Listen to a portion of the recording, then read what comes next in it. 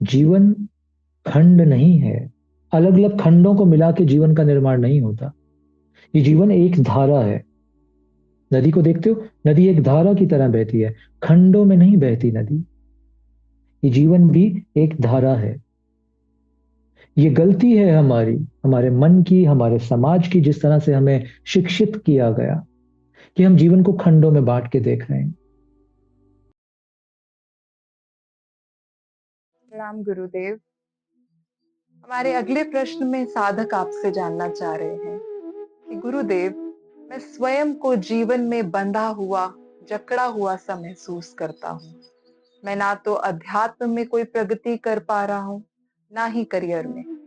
मैं अपनी इस स्टैग्नेशन की स्थिति से कैसे बाहर आऊं? कृपया सुझाव दें। तो दो सेक्शन की इन्होंने बात की कि करियर और साधना दोनों में स्टैग्नेशन और उलझे हुए से हैं। पहला पॉइंट इसमें, ये आमतौर पर हर साधक इस इस पीरियड से गुजरता है, जब करियर और साधना के बीच में एक कश्मकश सी होती है, एक फाइट सी होती है। हमें समझ नहीं आता कि हम इसको कैसे करें और स्टक हो जाते हैं हम। हाँ, कुछ क्लैरिटी जैसी नहीं दिखती है। पहला रीजन, हमारे दिमाग की, मन की एक आदत है, वो चीजों को खंडों में बांट के ही देख सकता है। मन के लिए करियर एक खंड है, एक टुकड़ा है जीवन का। आध्यात्म दूसरा खंड है, दूसरा टुकड़ा है जीवन का। और ये दो खंड, ये दो भाग आपस में लड़ते रहते हैं। They keep fighting with each other. कभी आपको मंदिर बुलाता है और कभी आपको क्या कहते हैं वो, शराब खाना बुलाता है। ऐसी एक गजल की लाइन भी थी। और ये उलझाव एक स्टैग्नेशन सा ले आता है। हमें समझ नहीं आता बाहर कैसे निकलें, क्या करें। पहली बात, जीवन खंड नहीं है। अलग अलग खंडों को मिला के जीवन का निर्माण नहीं होता। ये जीवन एक धारा है। नदी को देखते हो, नदी एक धारा की तरह बहती है, खंडों में नहीं बहती नदी। ये जीवन भी एक धारा है। ये गलती है हमारी, हमारे मन की, हमारे समाज की, जिस तरह से हमें शिक्षित किया गया कि हम जीवन को खंडों में बांट के देख रहे हैं। अगर आप अपने करियर में परिपूर्ण नहीं हो, यानी पूरा नहीं दे पाओगे अपने करियर में, तो आप अपने आध्यात्म में भी पूरा नहीं दे पाओगे, क्योंकि जीवन तो एक ही धारा है। अगर आप घर पे चोरी करोगे तो आप ऑफिस में भी चोरी करोगे और आप मंदिर में भी चोरी करोगे, क्योंकि जीवन एक धारा है। ऐसा नहीं हो सकता आपका घर में बिहेवियर अलग होगा, मंदिर में अलग होगा और ऑफिस में अलग होगा। हो नहीं सकता।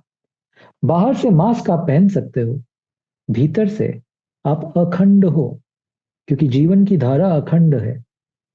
और ये मास्क पहनते पहनते आदमी थक जाता है। कभी दफ्तर का मास्क, कभी घर का मास्क, कभी मंदिर का मास्क, कभी समाज का मास्क। थक जाता है, इसी वजह से थक रहा है आदमी। कोई और वजह नहीं है उसको थकाने की। कोई और वजह नहीं है उसको थकाने की। ये मास्क थका रहे हैं। जिस दिन तुम जीवन को अखंडता में देख लोगे और अखंडता में अपना लोगे, खंड सब टूट जाएंगे उस दिन। थकना बंद, मास्क पहनना बंद कर दोगे उस दिन। जीवन से थकना बंद कर दोगे उस दिन। तो पहला नियम, जीवन को अखंड धारा की तरह देखो। यही कृष्ण ने कर्म योग की बात की थी। सांख्य योग में हम बात करते हैं, क्यों मैं अपने काम को कर्म योग की तरह नहीं देख पाता हूं। हाँ, मगर ऐसा है, जीवन में एक ऐसा समय आता है, साधना में एक ऐसा समय आता है, जब आपका भीतर से, आपके भीतर एक पुकार होती है कि अब बस मैं पूरा ही डूबना चाहता हूं। अब मैं आध्यात्म में पूरा ही डूबना चाहता हूं। एक आता है ऐसा, एक पड़ाव आता है साधना में। ये प्रश्न उस पड़ाव के समय जब आपके भीतर आएगा, तब आपको स्टैग्नेशन नहीं फील होगी। तब आपको दिखेगा अब एक और गहरी छलांग का समय आ गया। उस समय आप चूज करते हो, क्या स्वयं को पूरा झोंक देना चाहते हो साधना में? है इतना बल? है परमात्मा ईश्वर पे इतना विश्वास? है अपनी साधना पे इतनी लगन कि पूरा झोंकने को तैयार हो? जब वो स्थिति आएगी तो फिर करियर रोकेगा नहीं, आप फिर कुछ रोकेगा नहीं।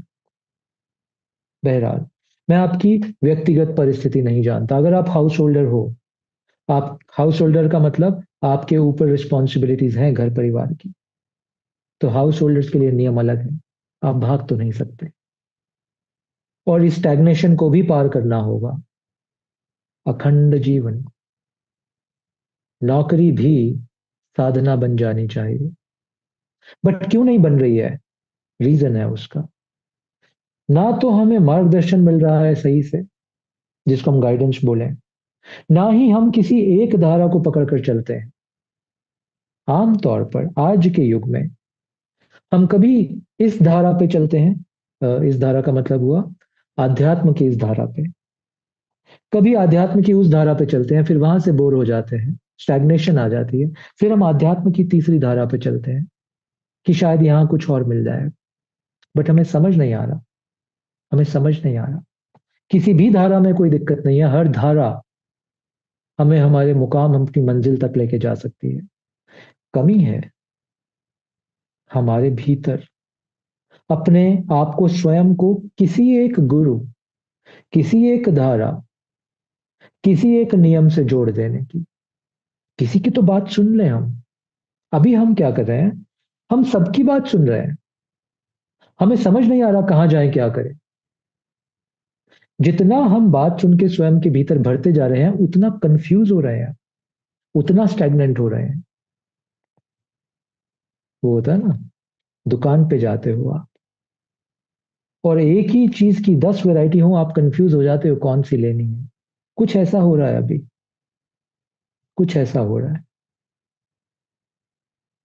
एक साधे सब सधे, सब साधे सब जाए।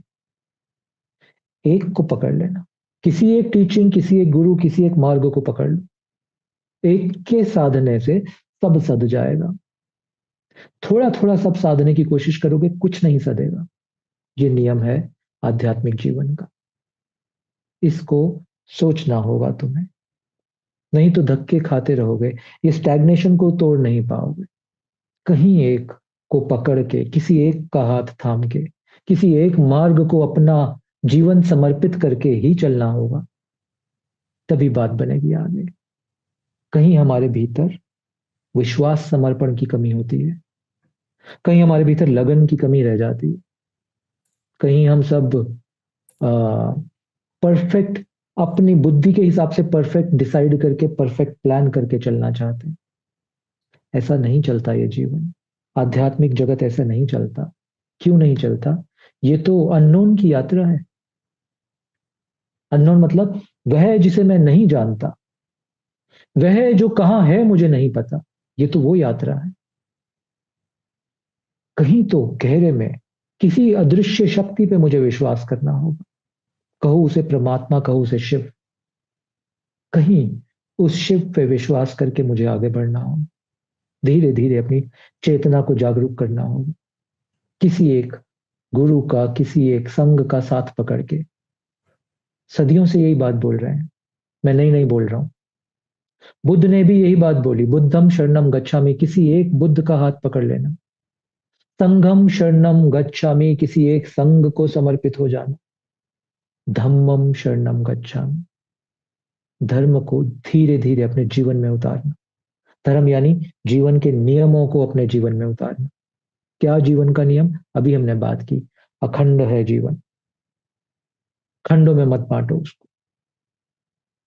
साधना सिर्फ मंदिर में नहीं हो सकती, घर पे भी होगी, दफ्तर में भी होगी। वो मेरे भीतर का विषय है, वो बाहर का विषय नहीं है। वो रिमेम्बरेंस। अभी बड़ी मजेदार घटना हुई आश्रम में, इससे आप समझ पाओगे। आश्रम में एक शिव का मंदिर है। रोज सुबह कुछ साधक जिनकी ड्यूटी लगाई जाती है, वो शिव मंदिर में जाके अभिषेक करते हैं सुबह शिव का। जितनी सर्दी हो बरसात हो कोई मतलब नहीं, वो आएंगे और अभिषेक करेंगे शिव का। श्रृंगार होगा शिव का, हम बोलते हैं श्रृंगार। हाँ? आप फूल अर्पित करते हो, आप सुगंध अर्पित करते हो, आप अपने प्रियतम की तरह शिव को सजाते हो।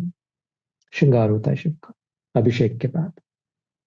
एक साधक मित्र, अच्छा अभी महाशिवरात्रि आने वाली है एक हफ्ते बाद, तो आश्रम में बहुत काम चल रहे हैं। कुछ रेनोवेशन हो रही है, कुछ कंस्ट्रक्शन हो रही है, कुछ आ, हर तरह के काम चल रहे हैं अभी आश्रम में।